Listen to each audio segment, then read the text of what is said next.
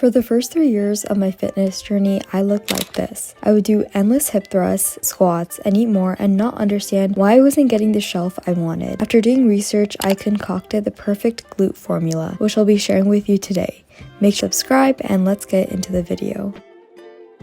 Hi everyone, welcome back to my channel. My name is ʟᴏᴠᴇ if you're new here, and today I'm going to talk to you exactly how to grow your glutes in 2026. And this has been something that I've struggled for a long time, so I want to be very clear in this video exactly what rep intensities to use, the actual physiology of it. And if you're new here, I'm a human biology major at USC, so that's like my credential, and I've been working out for 5 years now, and I've gone through so many different phases and made so many mistakes, so especially with building muscles. So I want to use that to help you guys grow your glutes. And the way that I'm going to structure this video is that there's going to be a sit down portion, and then I'm going to show you guys a workout. So I just finished my workout and I'm at Safeway. It is parked outside and we're doing this little car chat, and then after that I'm going to show you guys my workout. And I also tried a new gym too. I'm going to open up my notes and I'm going to talk about everything you need to know about glute growth. And I did some research on this, and we learned a lot about muscle growth, physiology,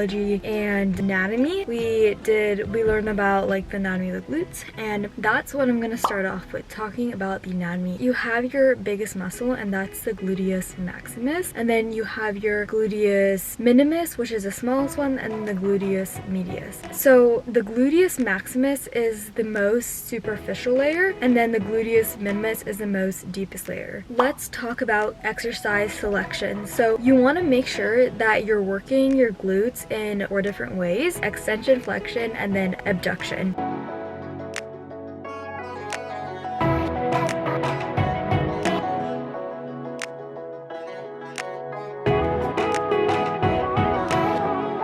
So I make sure that every single workout has those 3 things: horizontal hip extension, vertical hip extension, and then lateral or rotational movements. So again, they extend the hip, they abduct, and they help stabilize rotate. So in my workout that I showed you guys, the hip thrust covered horizontal extension, and then the Bulgarian Split Squats and RDLs was vertical extension, and then abduction, when I showed you guys the cable back, those were the side glutes. So when you're building your workout, if you don't want to copy mine and you maybe want to switch it up, you need to include a thrust or a bridge. So that's like a hip thrust, a squat or lunge, so that can be like a natural squat. Bulgarian split squats are personally my favorite, or step ups. I like to do step ups as well. Hinge, RDLs. This could also be like the back extension machine, and then you need to include an abduction, so that could be like the abduction machine or like cable kickbacks, anything like that. And at least one of these have to be unilateral, and that means that you're just working a single leg. So that could be like Bulgarian split squats, because you're doing it one leg and then the other leg, or it could be cable kick back. Just one of them have to be unilateral, and this clears out any asymmetries. All right, now the third section, we're going to be talking about progressive overload and mind to muscle connection. So you could be loading on the plates as much as possible, but if you're not feeling in your glutes, you're not going to grow it. So what I want you to do is do a warm-up set and do it without any weight, and just focus on feeling it in your glutes, and that's when you're really going to get that mind to muscle connection. Progressive overload. So this means that you are adding weight, you are adding reps, you are adding intensity, and that is going to grow the muscle, because adaptation is what causes the muscle to grow. Even though there's you're adding weight, you can also slow down the rep. You can try to add pulses at the end, anything that really challenges you, because you do your rep, your muscle, you rest, you recover, your muscles adapt, and then you come back stronger. This happens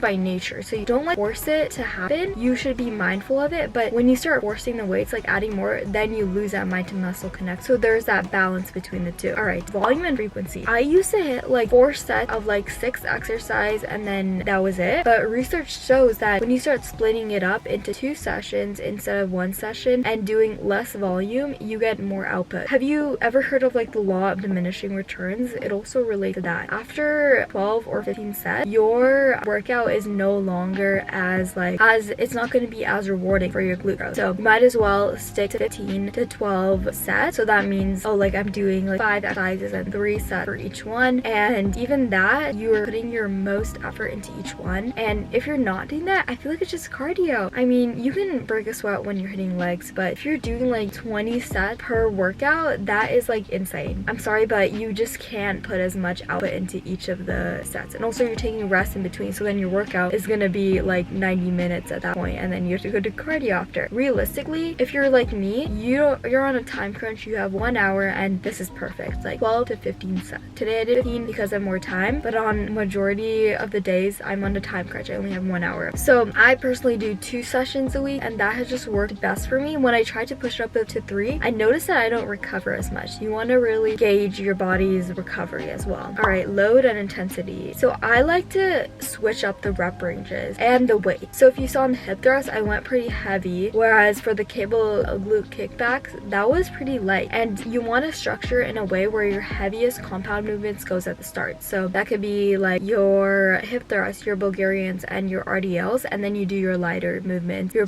isolation movements. The way that I always structure it is that I usually do hip thrust and RDLs first, and then a unilateral, so Bulgarian split squats, and then isolation. In this workout video, I showed you guys the hip thrust, Bulgarians, RDLs, and then I did my isolation. So you could really switch it up, but for the most part, you need to include the compounds first and then the isolations. You don't want to be fatiguing yourself with the isolations first. All right, now I want to talk to you about like muscle growth and like the nitty-gritty of it, because I feel like that's where my expertise is, what you can't get from the textbook. So basically, there's 3 ways that your muscle really grows, and that's muscle damage, muscle tension, and muscle stress. So let's start off with muscle tension. So when we're doing those heavy compound lifts and challenging our muscles in multiple different ways, we're creating tension in our body, right? And then we have lengthening exercises like an RDL. An RDL, when your glute is at the most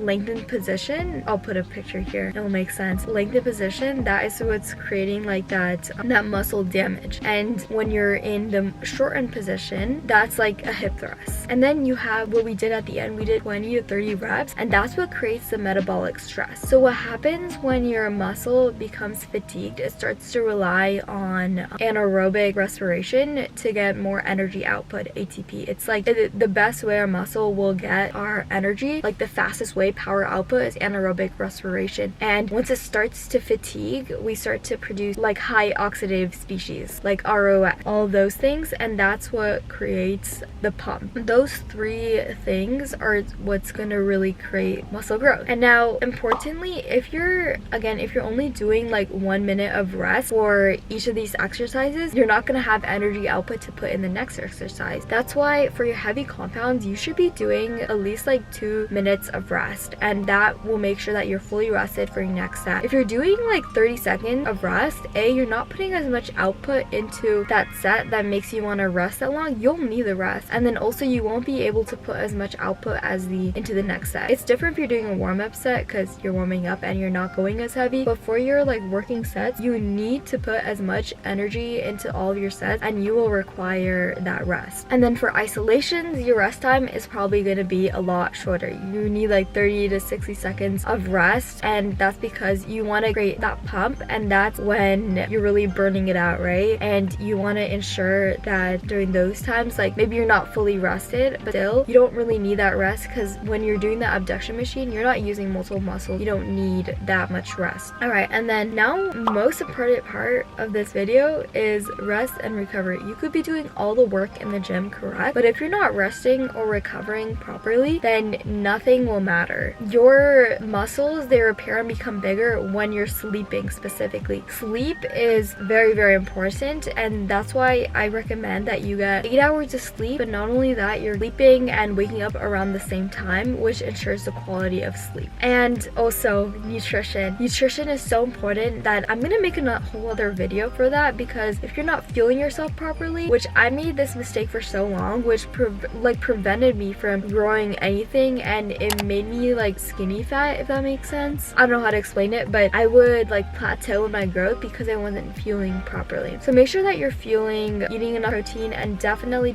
make sure that you're eating protein after. And I'm gonna make my bagels with eggs afterwards to show you guys that I am fueling myself. And yeah, I just have so many video ideas now. I also want to make like a woman's physiology and talk about that as well, because it's a lot different and a lot of research is done on men, and I want to be very clear that it's not always the same for women as well. Okay, let's go work out. I'm at a new gym at Gold's Gym. It's so close to my house, and oh my gosh, I like already love it. I'm probably gonna come back here again. Okay, let's get into today's glute day. I'm going to be walking you through form tips and the exact reps, rest time, and sets you need to do. That's why by the end of the video, you'll feel ready to do this workout. I always start off with a warm-up consisting of dynamic stretches as well as warm-up sets, which are just lighter sets before you go into your working weight. Your working weight is the amount of weight you're using for the exercise. I'm using this hip thrust machine today, but you can use a dumbbell, barbell, or any other thrusting machine to add resistance. When you're doing hip thrust, I want you to really squeeze at the top so we can achieve that shortened position, and then pause there for a second before lower slowly.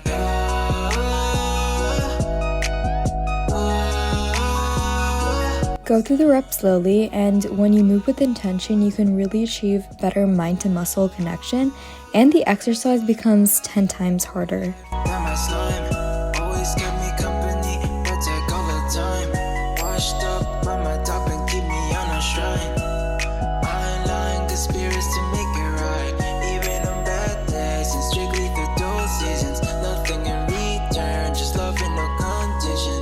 Next up, we have Bulgarians, and these are extremely difficult, which is why I put it right after the hip thrust. Remember, harder exercises are always done first, so for Bulgarians, make sure to lean slightly forward and push through your heels to get more engagement through your glute. If you feel like you're losing balance, try standing near a wall or holding a pole to help with your balance, and do a few body weights so you can get your balance beforehand.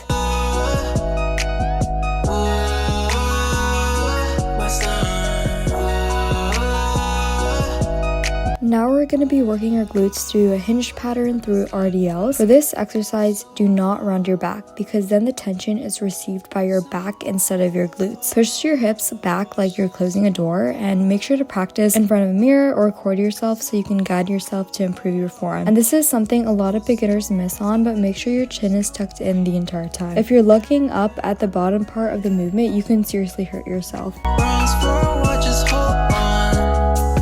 We're onto our isolations now, and it's time to work our glute medius and glute minimus. These two muscle groups are located in the sides of the hips, meaning they're more involved in lateral rotations and abductions. So here we're doing kickbacks with a twist. Place your stabilizing leg in front of your working one. This creates a diagonal that causes your glute medius to have more playtime than your maximus. To ensure the glute max doesn't take over, go lighter on this one with a heavier rep range. Lastly, we are burning out the glutes with abductions, and we are doing 15 and then dropping the weight and doing 15 more. This ensures we are really working the glutes till failure, and by doing these drop sets, we are creating metabolic stress in the glutes, which gives us that rewarding pump at the end. After my workout, I did 30 minutes of Stairmaster because I had extra time. The pump after was insane, and make sure to tag me if you try this workout.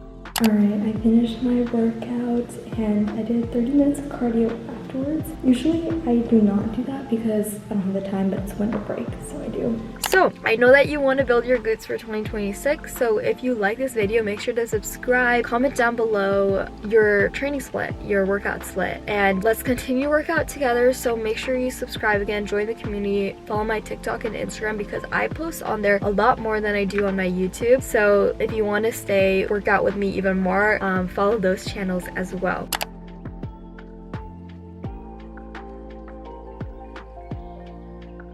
Alright, let's go home and eat these bagels, and then I'm going to edit this video. I'm so excited to share this with you guys.